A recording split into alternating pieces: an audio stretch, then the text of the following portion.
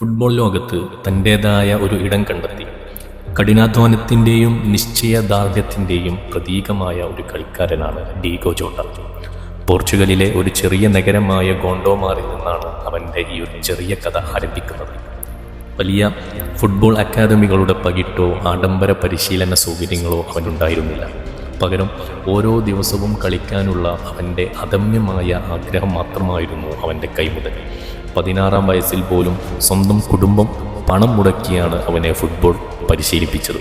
അവൻ്റെ ഓരോ കാൽവെപ്പിലും ഓരോ പന്ത് തട്ടലിലും വലിയൊരു സ്വപ്നം മിന്നിമറഞ്ഞിരുന്നു. ഒരു പ്രൊഫഷണൽ ഫുട്ബോളറാകുക എന്നുള്ളതായിരുന്നു അയാളുടെ ഏറ്റവും വലിയ സ്വപ്നം. ഒരു യാത്ര ഒട്ടും എളുപ്പമായിരുന്നില്ല. ഫുട്ബോൾ ജീവിതത്തിൽ പലതവണ ഡീഗോയെ പരിക്കുകൾ വേട്ടയാടിക്കൊണ്ടേയിരുന്നു. നിർണായകമായ സമയങ്ങളിൽ കളിക്കളത്തിൽ നിന്ന് മാറി നിൽക്കേണ്ടി വന്നപ്പോഴും അവൻ്റെ ആത്മവിശ്വാസം ഒട്ടും കുറഞ്ഞില്ല.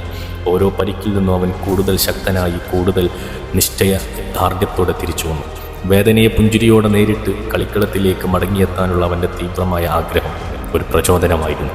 ഒരിക്കലും തോൽക്കരുത് എന്ന് അവൻ്റെ ആപ്തവാക്യം അവൻ്റെ ജീവിതത്തിലെ ഓരോ പ്രതിസന്ധിയിലും വേറിട്ടു നിന്നു. ലിവർപൂൾ പോലുള്ള ലോകോത്തര ക്ലബ്ബുകളിലെത്തിയ ശേഷം ഡീഗോ ജോട്ട ആരാധകരുടെ ഹൃദയം കീഴടക്കി.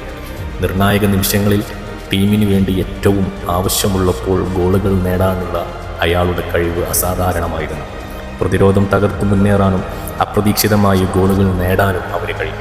കളിക്കളത്തിൽ അവൻ ഒരു യോദ്ധാവായിരുന്നു. അവൻ്റെ ഓരോ ഗോളും ടീമിൻ്റെ വിജയങ്ങൾക്ക് നിർണായകമായി. സമ്മർദ്ദഘട്ടങ്ങളിൽ പോലും ശാന്തനായി കളിക്കാനുള്ള അവൻ്റെ കഴിവ് എടുത്തു പറയേണ്ട ഒന്നാണ്. കളിക്കളത്തിലെ ഈ വീരനായകൻ കുടുംബത്തിന് മുന്നിൽ വെറും ഒരു സാധാരണക്കാരൻ മാത്രമാണ്. തൻ്റെ ഹൈസ്കൂൾ പ്രണയിനിയായ റൂട്ടെ കാർഡോസോയെയാണ് അയാൾ വിവാഹം ചെയ്തത്. അവർക്ക് 3 കൊച്ചു കുട്ടികളുണ്ടായിരുന്നു. ഒരു ദശാബ്ദത്തിലേറെ നീണ്ട പ്രണയബന്ധമായിരുന്നു അവരുടേത്. കുടുംബത്തോടൊപ്പം സമയം ചെലവഴിക്കുന്നതിനായിരുന്നു അയാളുടെ ഏറ്റവും വലിയ സന്തോഷം. അവരുടെ പ്രണയവും ദാമ്പത്യവും ഫുട്ബോൾ ലോകത്ത് എന്നും ഇനിയൊരു മനോഹരമായ കാഴ്ചയാണ്. വലിയ വിജയങ്ങൾ നേടിയിട്ടും ഡീഗോ എന്നും എളിമയുള്ളവനായി തുടർന്നു. സഹകളിക്കാരും പരിശീലകരും അവനെ മനോഹരമായ ആത്മാവ് എന്നും യഥാർത്ഥ വ്യക്തിയെന്നുമൊക്കെ വിശേഷിപ്പിച്ചു. വാക്കുകളേക്കാൾ പ്രവൃത്തികളിലൂടെയാണ് അവൻ ടീമിനും ലോകത്തിനും പ്രചോദനമായത്. സ്ത്രീകളുടെ ഫുട്ബോളിന് അവൻ നൽകിയ പിന്തുണയും ശ്രദ്ധേയമാണ്. ഡീഗോ ജോട്ടയുടെ ജീവിതം സ്വപ്നങ്ങൾക്ക് വേണ്ടി കഠിനാധ്വാനം ചെയ്യാനും വെല്ലുവിളികൾ അതിജീവിച്ച് മുന്നോട്ട് പോകാനും കുടുംബ ബന്ധങ്ങൾക്ക് പ്രാധാന്യം നൽകാനും നമ്മളെ പഠിപ്പിക്കുന്നു. 2025 ജൂലൈ 3 പുലർച്ചെ അവർ സഞ്ചരിച്ചിരുന്ന ലംബോർഗിനി സ്പെയിനിൽ സമോറോ പ്രവിശ്യയിലൂടെയുള്ള A52 മോട്ടോർവേ വഴി സാന്റൻഡർ തുറമുഖത്തേക്ക് പോവുകയായിരുന്നു.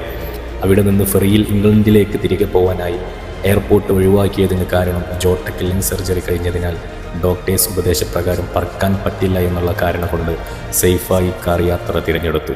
പക്ഷേ ആ യാത്ര തന്നെ ലോകത്തെ ഒരു നിമിഷത്തിൽ നിശബ്ദമാക്കി. കാർ നിയന്ത്രണം വിട്ട് തീപിടിച്ച് ഇരുവരും സംഭവ സ്ഥലത്ത് തന്നെ മരിച്ചുപോയി.